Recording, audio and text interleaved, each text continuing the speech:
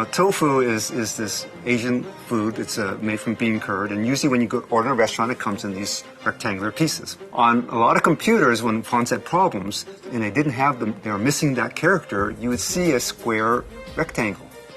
And many, many years ago, a lot of users, they would refer to the little square boxes they saw on the screen as tofu. One of the goals of this project was to support every language and every character. So one of the things we want to do is make sure there's no tofu for all our users. So hence, we called it Noto, short for no tofu.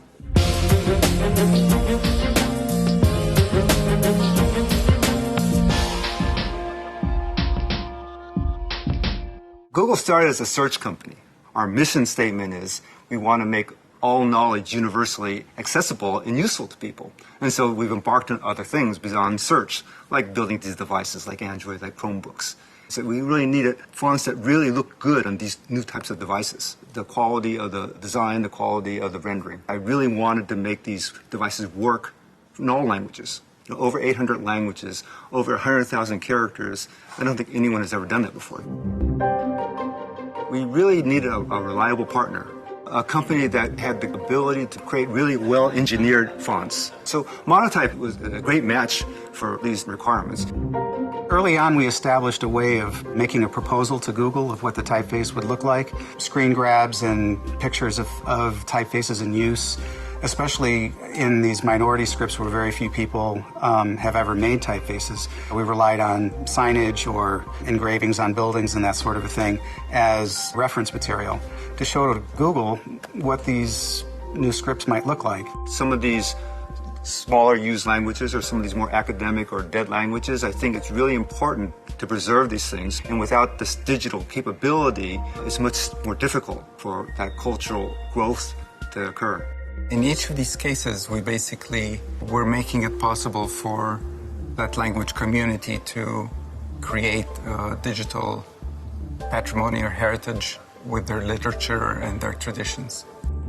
When we start with a new script, if I'm not already familiar with it, I collect as much information on it as possible. And then the secondary stage, we look at style. We basically dive in and immerse ourselves as much as possible within that culture and try to produce something that's acceptable and pleasing. If we don't, we risk alienating that group. Tibetan has no typographic tradition whatsoever. What little has been done in Tibetan typography in the last 2 decades is based entirely on replicating calligraphic style. We had collaboration from a Tibetan monastery whose manager gave us access to the monks to review the writing. Basically, it had to pass muster with them. The designer on this project was Toshio Magari.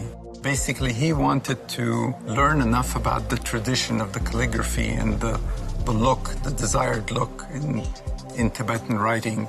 And in fact, by learning the various calligraphic traditions, he was able to produce a typeface that looked contemporary but pleasing to the practiced eye. The scope of the project was so big, it's a really change in mindset on how you're going to work. That you know you're not going to be done tomorrow, you're not going to be done next week. You have to give it time to the whole process to play itself out. For me, as a product manager, I think the most challenging part is to find the right person to review the fonts. The first thing we do is to send an email to everybody in Google saying that, hi, is there anybody speaking like Malayalam or Telugu? We can find a lot of people to review these languages. But sometimes for minor languages like Cherokee, we cannot find in-house experts. Then we need to find some friends of this Cherokee community, and then through the friends of the community, we get them review the fonts. Initially, the idea was to have a unified set of scripts and writing systems. From there, it grew to include multiple weights. The number of characters included in just the Latin fonts is 3,300 characters per weight.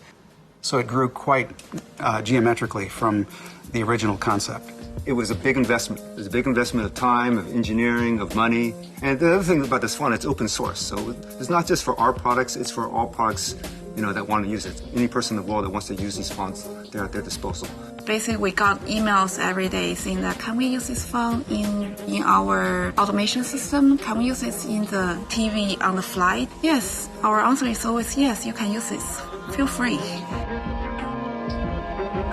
The aim is to provide digital representation to all the scripts in the Unicode standard. That is something that many different language communities could not afford to do on their own. And Google has been the benefactor in funding this work. And in many cases, we've produced the first font ever to serve a particular language community. We're not quite done yet. We've got the sans serif family pretty much done, and we're in progress with the serif family. And I think that the quality of it, the design work we put into it, I think we really came up with a really good product, solving something that no one else has done before.